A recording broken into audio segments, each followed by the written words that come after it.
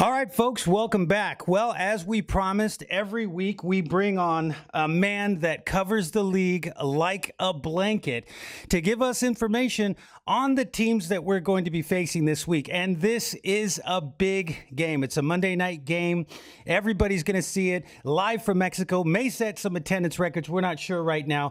To talk with us about that, who else could it be but our man, Louie Tee. Louie, welcome to the show, brother.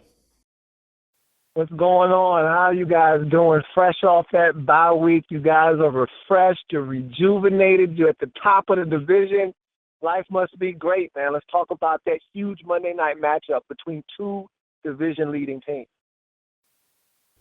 Yeah, absolutely, man. It does feel good at this point to be where we are. I think a lot of people didn't think that the Raiders would be where we are at this point. The bye week coming when it did gave them an opportunity to rest up. But there are some concerns. You know, again, we are traveling to Mexico. The altitude could be a concern. This Houston Texans team, I mean, they've got a really good defense. Romeo Crennel doing good things, even without J.J. Watt there. I could just imagine if Watt was in there.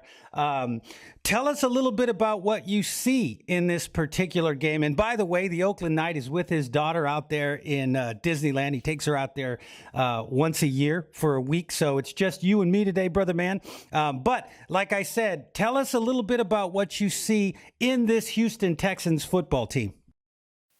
You sure you're not the NFL insider over there, Pirate, man? I thought you just gave a great analysis of this Houston Texans team. I mean, that's exactly what they are. They're a really good defensive football team. They are really lacking on the offensive side of the football.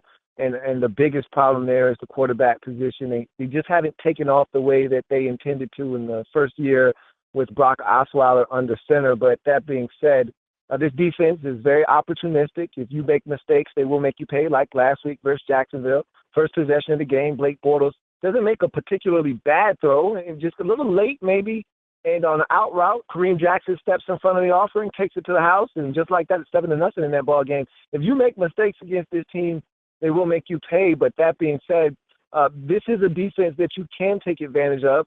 There were some opportunities in that game for Jacksonville to make some plays, and they just weren't able to make them. So if you're the Raiders, you respect this Texans defense, but you're not fearful of them. They can be had, and offensively, this team doesn't scare you at all. So if you're a Raiders fan, you should be very confident going into this game. Not cocky, but you should be confident that your boys coming off of a bye, rejuvenated, refreshed, should be able to go over to Mexico, which I think will be a very partisan crowd in favor of the Raiders over there, and win this football game. I really like the opportunity for the Raiders to get to 8-2. This ball game. Yeah, I talked about it on yesterday's show. This game reminds me a lot of that Kansas City game, and we talked about that Kansas City game. Here's a football team. They're getting turnovers. They're playing very, very, very sound football. We're better than them in every single category. We got a better quarterback. Maybe they have a better running game, but we've got better wide receivers. Offensive line is better. Everything told us that we should have been better than this Kansas City Chief team. But then early on, Jack Del Rio decides to go for it. Derek Carr throws a ill-advised ball off his back foot, gets it intercepted. And then all of a sudden, this team that you were supposed to be better than just kind of creeps up on you and gets you. And that's something that I've been touting and saying all week long. Raider fans don't like it, and I'm one of the biggest Raider fans out there. But the fact of the matter is, this is a game that reminds me of this Kansas City Chief game. They have got to come out, in my opinion, run the football, establish what they did coming off of that Denver game. And really just kind of get in there and not make mistakes. I mean, would you agree with that? Or do you think, like you said, there are some opportunities that you've got to, go after early on in this game? Yeah, I agree with some of what you just referenced. The biggest difference in the Kansas City game and this game versus the Texans is the quarterback position. Alex Smith was a guy that wasn't going to turn it over, and he had a really good game against the Raiders in a wet, nasty day out in Oakland, and he was really efficient in that game. And he's an NFL starting caliber quarterback in this league, whereas Brock Osweiler hasn't shown that this season. Last week, he went 14 of 27 for 99 yards passing in a win. This guy hasn't shown the ability right now to play at a level that's going to be able to sustain itself. And he's not showing the ability to be able to beat good teams outside of Houston. They're undefeated at home. They've won one game on the road, and that was last week at Jacksonville. Again, he did not play well enough for them to be able to exploit some of the things that were there against the Jaguars. Again, there's no confidence right now with Brock Osweiler and that Houston Texans offense. I will say this, though. They do make a commitment to run the football because of the aforementioned Brock Osweiler. They have to lean heavily on the run week in and week out. And they do have a running back that is a little banged up in Lamar Miller, but he's been running the football awfully well, had a big run, his biggest run of the season last week versus Jacksonville. So that's one area that the Raiders have been better at of the late. But if they are somewhat leaky defensively against the run, that could give the Texans a little bit of an opportunity on the offensive side of the football. If you can stop their running game and force Brock Osweiler to beat you, which should be the plan week in and week out versus this Texans team, is stop the run and force number 17 to beat you. If you can do that, you're going to have a great opportunity to beat this Texans football team. And like you said, too, and I agree with this, you can't turn it over. They're an opportunistic defense. They're very good. They're very sound in what they do. They're going to give you opportunities to make some plays down the field, but make no mistake about it, if you turn it over, that's the easiest way to lose in this league is to turn the football over.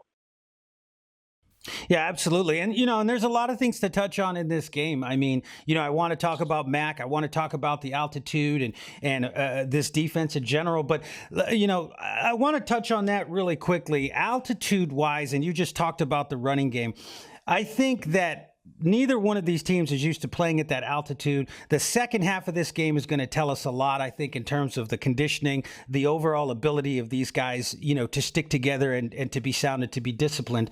What do you know about high altitude games? I mean, I know that the Cardinals played against the 49ers. I think it was in 2001. And they talked about, man, the second half of that game, you get out there and you can go the first half, but then when you kind of slow down, just like with an injury, and you try to start back up again, oh boy, man, it's even harder. And in the second half, one team's going to pull away and one team is going to kind of slide to the edge. What are your thoughts about altitude, and how do you think the second half of this game plays out? It's a pretty intriguing discussion because you can look at it from one or two different directions. You could say, hey, Raiders coming off a bye, they're the fresher team. They should have the sea legs in the second half and be able to push through any fatigue in the second half. Or you could say, hey, that bye week has them a little out of game shape, and so they're going to come back a week a little bit wary, legs a little heavier because they had the bye week. Or you could say, hey, Texans, they played last week. They should be the more tired football team. The Raiders were rested.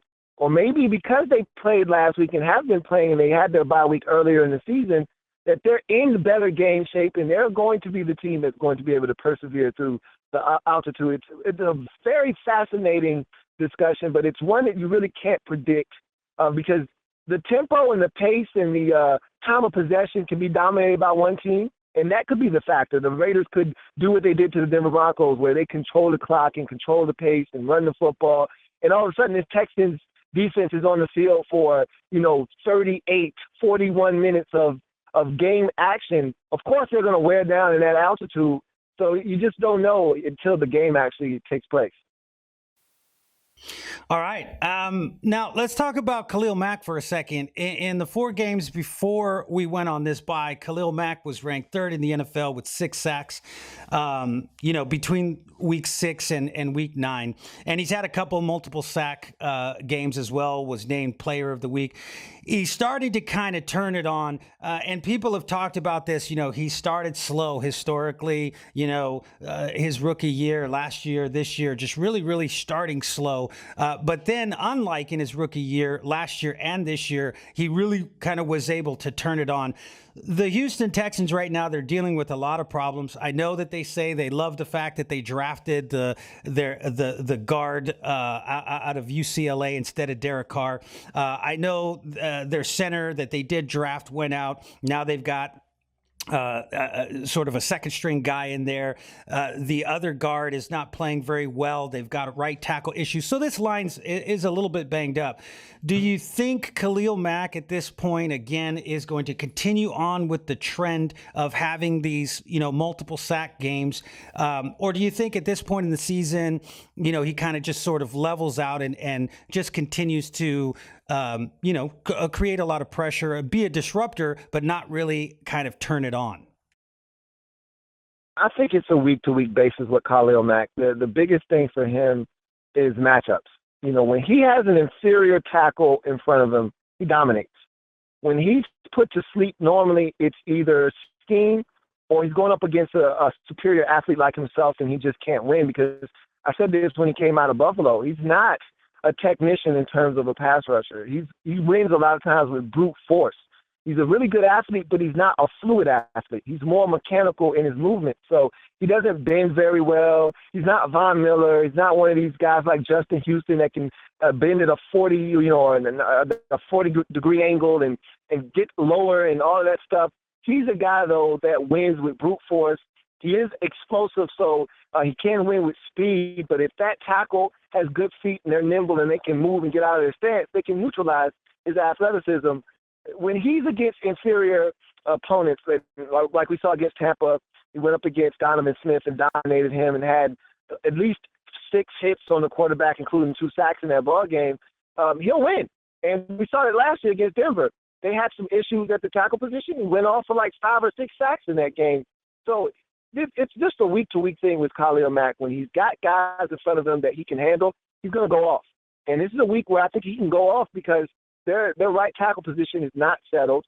If you're the Oakland Raiders, you move this guy around. You put him on the left, you put him on the right. You don't make it easy to identify where he's going to be snap in, snap out, which is what they've been doing for the most part. You keep moving this guy around. You run twists, you run stunts like you talked about with the injuries and the uncertainty on the interior of that offensive line. You just move him around and you do different things with him, and you see if he can create havoc up and down that defensive line and cause problems for that offensive line for the Houston Texans. But in terms of his production going down the stretch of this season, it's just all about matchups. If he finds a tackle that can't handle him, they're going to keep going to it, and he's going to dominate. And that's what you saw against Tampa, and that's what you've seen over the last couple of weeks is that he's been able to go up against, and the Broncos have had issues with their tackle situation. You've seen him take advantage of some teams that don't have the best offensive lines, and that's what you do with pass rushers like Khalil Mack. Yeah, and I think there's a nice combination here as well when you take the fact that you have a guy that you can't put one-on-one, and then you take an immobile quarterback or a guy that will just kind of sit there and hold the ball a little bit too long.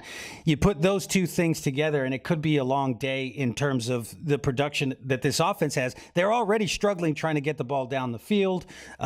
You kind of throw that in there, and right. And it could lead to some bad things there. And again, they'll be focusing on him, and you got a guy like Bruce Irvin who is knocking the ball out of quarterbacks' hands, right? So he's forcing fumbles and getting turnovers. Now, before we go here, we got about 2 minutes left, man. I know that you have your show that's going on. Give us a quick synopsis, and I will go ahead and include, I don't know if you've put it up yet, but I'll include your synopsis like we always do on our Facebook and also in our comment section. Give us a quick synopsis of what you had to say about the Houston Raider game coming up on Monday night and who you think will be the victor. This, to me, is a matchup between the Raiders offense versus the Texans defense. I think if you're a Raiders fan, you have to feel good about your defense going into this game because it's one of those get-right games for defense. If you're going up against the Texans, again, the key there on the defensive side of the football for the Raiders, it's really simple. Stop the run. Make Brock Osweiler beat you. He hasn't proven that he can do that consistently this season. I told you what his stat line was from last week. When he had to make a throw at the end of the game to ice it, he did. But that being said, the guy threw for less than 100 yards in a football game, which is really hard to do. So, again, stopping the run going to be paramount for this Raiders defense if you're going to look to stymie and force a bunch of 3-outs and maybe even get some turnovers out of Brock Osweiler. He loves to throw to his tight ends as well, too. So keep that in mind. He loves to go to C.J. Fedora and even sprinkling a little bit of Ryan Griffin in there too. So he will throw the football to his tight ends. You need to be sound in your coverage on those guys because he's going to look to force the football to them. And, of course, DeAndre Hopkins is his favorite target to throw the football to when he's throwing out wide to the receivers. But that being said, to me, the biggest matchup in this game, offense of the Raiders versus defense of the Texans, that's where this game is going to be won or lost in my mind. If the Raiders take care of the football, which Derek Carr has done a really good job of doing this season, I always say that Derek, much like most NFL quarterbacks, will give you one. Most of the time with Derek, it's only one throw, which makes him elite. He's probably going to give you one opportunity to pick him off throughout the course of the game. You got to try to limit that. Try not to have that one because these guys are very opportunistic, like I mentioned earlier in reference.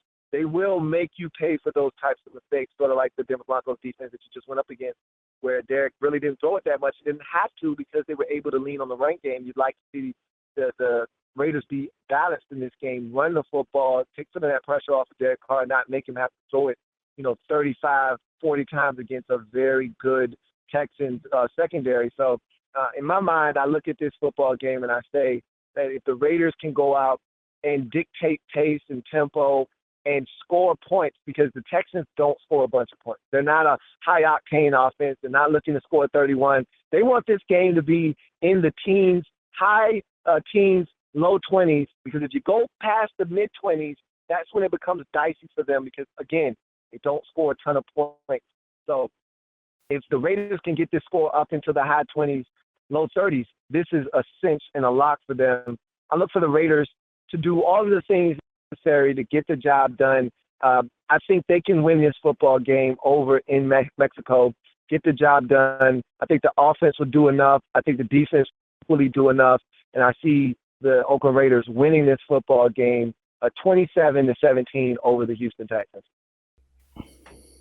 All right, fantastic. Hey, man, I'd like to do something a little bit different right now. And, I know when you come in, we always talk and you always say it's a blessing to come on the program and you bless this program. We got a brother out there named Watts Raider, has a sister that has been having some problems. She's having some issues with her brain. They're doing a CAT scan on her. She may have something going on. And I told him that today, we would send a shout out and also offer up a prayer. And I believe when 2 or 3 people come together, they have the ability to create some change. So I was hoping if you could, you might say a prayer with me right now for Watts Raider's sister, great Raider fan, another blogger, broadcaster. I've reached out to several other people as well to do it on their program, but we could show some solidarity here. Hopefully that's not a problem. And I just wanted to right now just ask you, once again, just to keep this brother and his sister in your thoughts, even though you're not a Raider fan, every opportunity we can to be able to lift up humanity, especially in these troubling times, I think is a fantastic thing. Hey, no doubt. And I'll be sure if you could send me a text message or something of the sort, I'll be sure to, at the beginning of my breakdown of the game on Monday, to give a quick shout out and offer my prayers on my program as well, man. Always looking to help out a fellow brother and sister out there, man. Always. So I definitely would absolutely send my condolences to their family, and in their time of need, definitely say that we're all pulling for them and we're praying for them, definitely. Absolutely. All right, brother man, we're out of time. I'm running late. I will put all your information on there. And again, next week we will sit down and go over what we've got coming up. So we appreciate you coming on. We always appreciate your knowledge. And it's always better when you pick a Raider win, man. But we talked about this before. Not a prerequisite, but I always love it when you do pick the Raiders to win. But that's why we bring you on, because our fan base loves the fact that there is so many different people out there that all are looking at this game not just from a heart and Raiders going to win, Raiders going to kick butt, but they got to look at it, man. This is a scrappy team. This is a team that could give us some problems, and like I said, we have to keep our eye on the ball. So. Once again, man, we appreciate you, and we will include in the comments below how people can get in contact with you and how they can watch your product, but we appreciate you coming on, man.